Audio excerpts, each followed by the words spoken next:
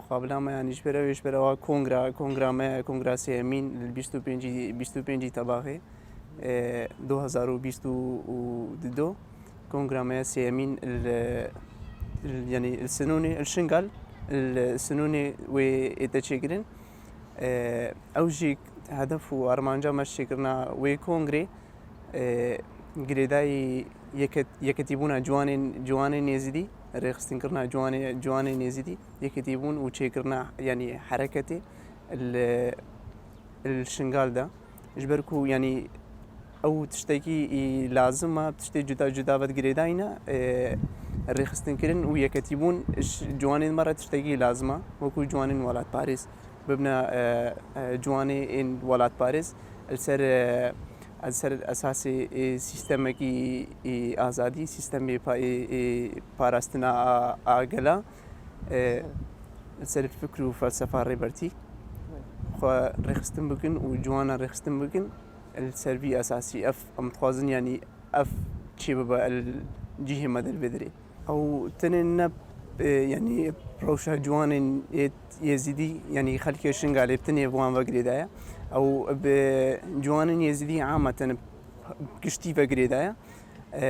أم تخازن يعني بسكريك شيء ببن شيء يعني قريدانا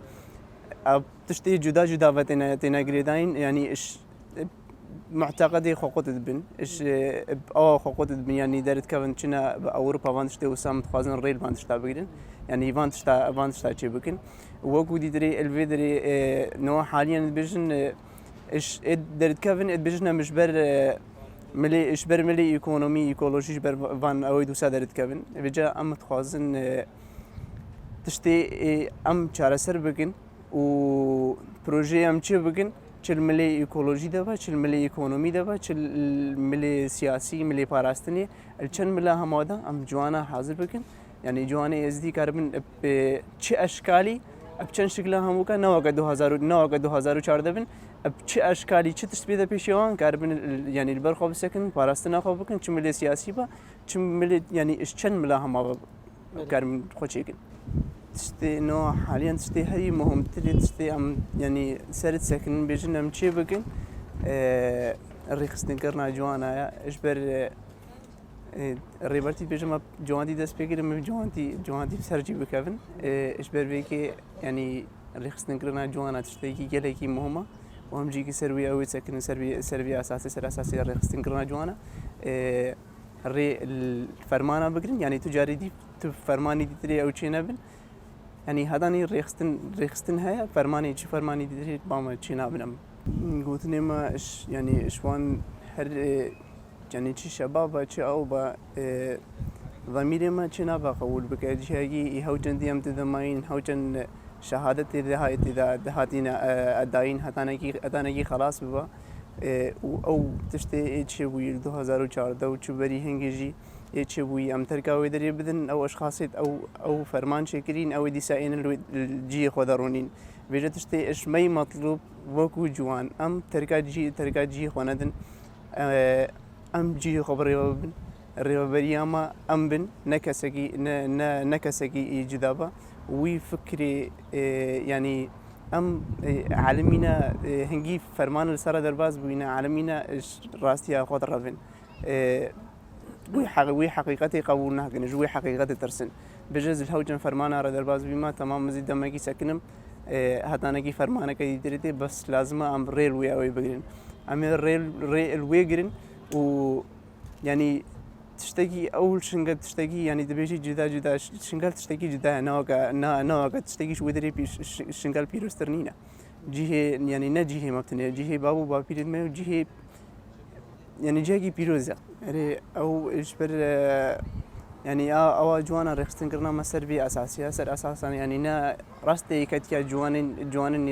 يزيدية بس أو نا جوان يزيدينا أو چه جواني يزيدي با چه شيعي با يعني چه كسي الشنغال در جيان بكا والمناطق يزيدية وخارجي يعني الچن شنغال هموي مناطق تابعي شنغال هموجي أو جي قد كارا يعني تدا حاضر ببا إشبر جهة ويجي كل الفيرخستين إذا هيا يعني كارما وريختنا ما أم توازن يعني وي عنفي وي فكري إيه متطرف إيه شخصك تقبله شخصك جينك أو أم توازن وي تشتي أو بكن جواني يزيدي با ش عربة همو تقبله يجودوا ببن همو ببنا يكتيك هذا كي يعني الري الأوجيك الإبادة بقرن إجبار 2014 إبادة نفسري ما بتني دهات إبادة بسري وانجي دهات بيجا متخوازن أمشي ببنا يكتيك وان رم همو ببنا يكتيك هذا نجيم كارم من ري الفانا بقرن أو يعني أكيد لازم مياركي سر ملي خو ببينين بيجن أم فيدشتي شيء بقين إجباره وتشتكي مطلوبة أو خسارة يعني خسارة اللي يكي شخصي إيش نقال بو خسارة المهمو قد با إجبار فيكي أم تشتي إيه مخدر خسارة الدماغ إنسان بكوي إنسان بين نلهش ببا أو تشتي يعني ممنوعة وما يحاول إلى آخر درجة أم پیشی لی بگیرن و می پیشی لی گرینش. بانگوازی ما هی هر جوانک چه یزیدی با چه شیعی با اشکوی دری با ام ببن یکتیک ببن دستک اوجیک بین حاضر ببن الكونغري ده كونغري يعني نا او راست نوبه يعني اف جارا كمين انه موت كنش 2018 بس او تشتكي ايجادايا إرادة جواني إتشنغال تماما دي شيء يزيدي شيء عرب إرادة وان الكونغري دا خياتك يعني چند جوان حاضر ببن چندي ببن نيكتيك ببن دستك أم بتر بإرادة ببن وبتر كارن ري شل فرمانة شل إبادة بقرن تشتات تماما بقرن يعني وأخيرا البيشتو وبينجي حيفا هشت 2022 السنوني أم يعني شيء جوان با إيد شنقالي بتمامتي دعوت كن السنوني حاضر ببن نيكتيك ببن يعني خدي إرادة وخدي الجيه خد ركب وتبلي كونغري